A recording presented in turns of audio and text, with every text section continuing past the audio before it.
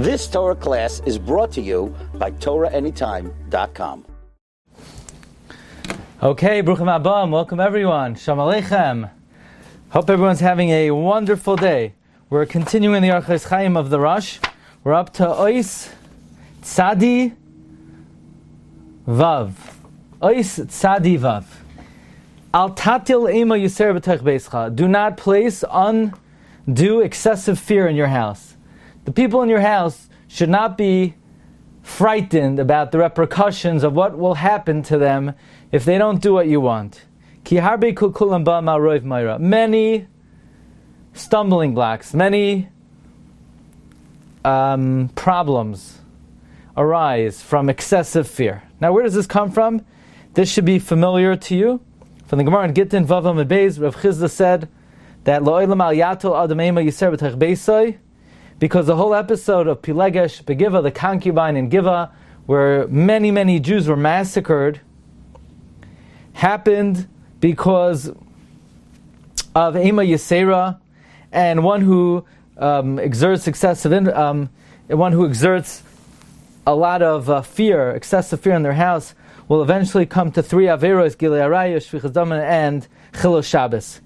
And the Gemara says, what happened? He got upset. What did the husband get upset about? He got upset that his wife did not remove the hair in the Makom Erva, and it could have caused him harm. He could have become a krus shavcha. It was a sakana, and he was makbid, and she ran away out of fear.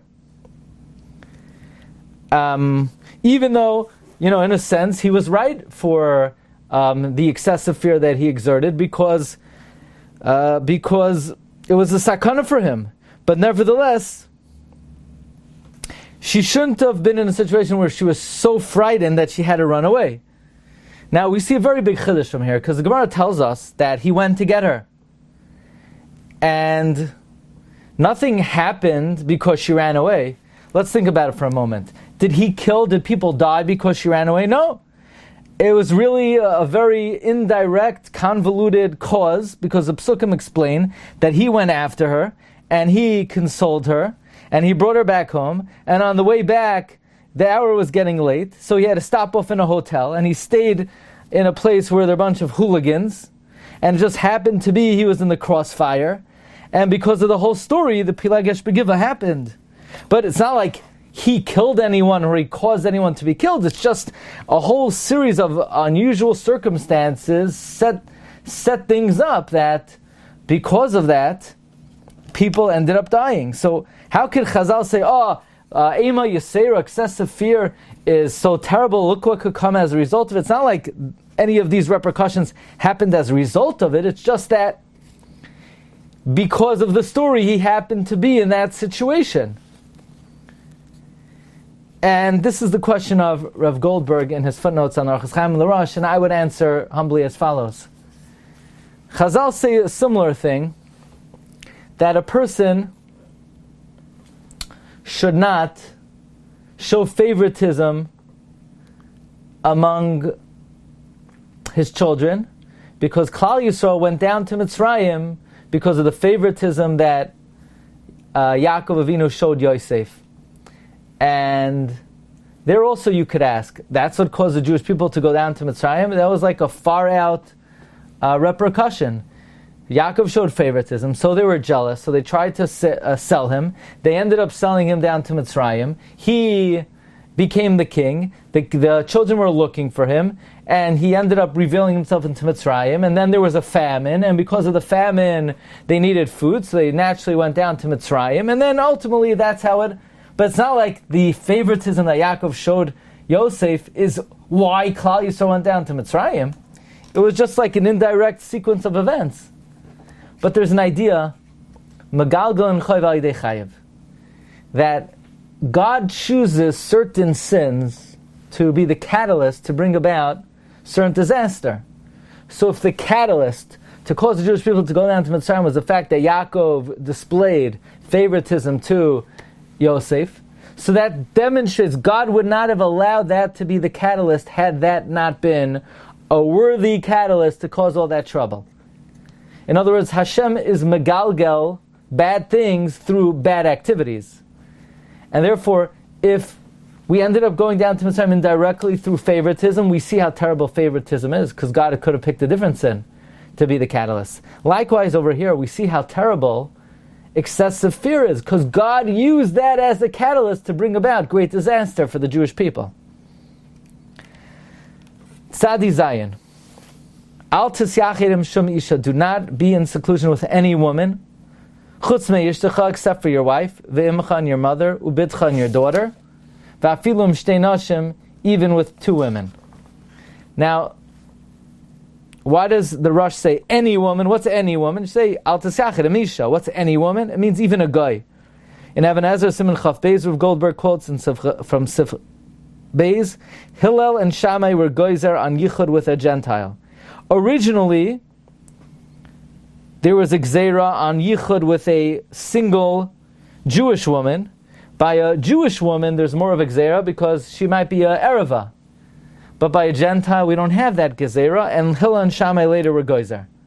Now, this is a very important thing to bear in mind. Often people have cleaning help or a babysitter, and it's outright yichud, even if they're a Gentile. And one has to keep the door somewhat open. Otherwise, it's Isser of yichud. And I'll go so far as to saying that not only is there an Isser of yichud, but many, many unfortunate problems have arisen because people were not careful about it. There's a reason why Chazal aser yichud. Now, there's no yichud with one's wife, mother, and daughter.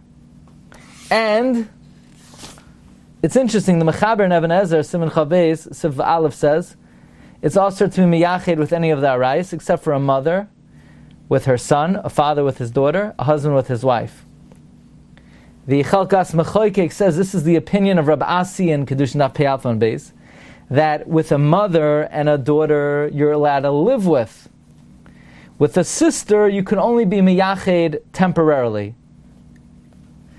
The Rosh says that there's a halacha like Rabasi, the halacha like Rabasi, and someone who's zohir, machmer, not to miyached, with any woman at all, tabei la bracha. It's interesting that Rav Goldberg points out from Rav Tzal Zolti, here the Rosh does not say that if someone's careful not to miyached, even with a relative, tabei la bracha. Now here's another factor.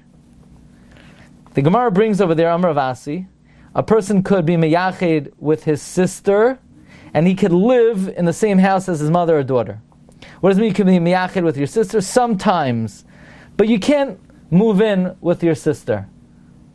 Let's say you want to be meyached, or perhaps even to spend one night there in the same house, but not on a regular basis. Now, but one is allowed to live with a mother or daughter. Why? Says Rashi, because the Yetzer Hara for them is not so strong, because the Anshe Knesses HaGedola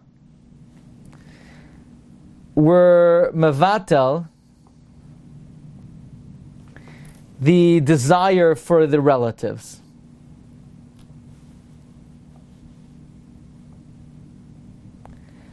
The question is that Rashi in Sanhedrin says that the Anshe Knesset Hagdolah were only successful in making it that people were not desire with a mother or sister, and there's no difference between a mother and a sister.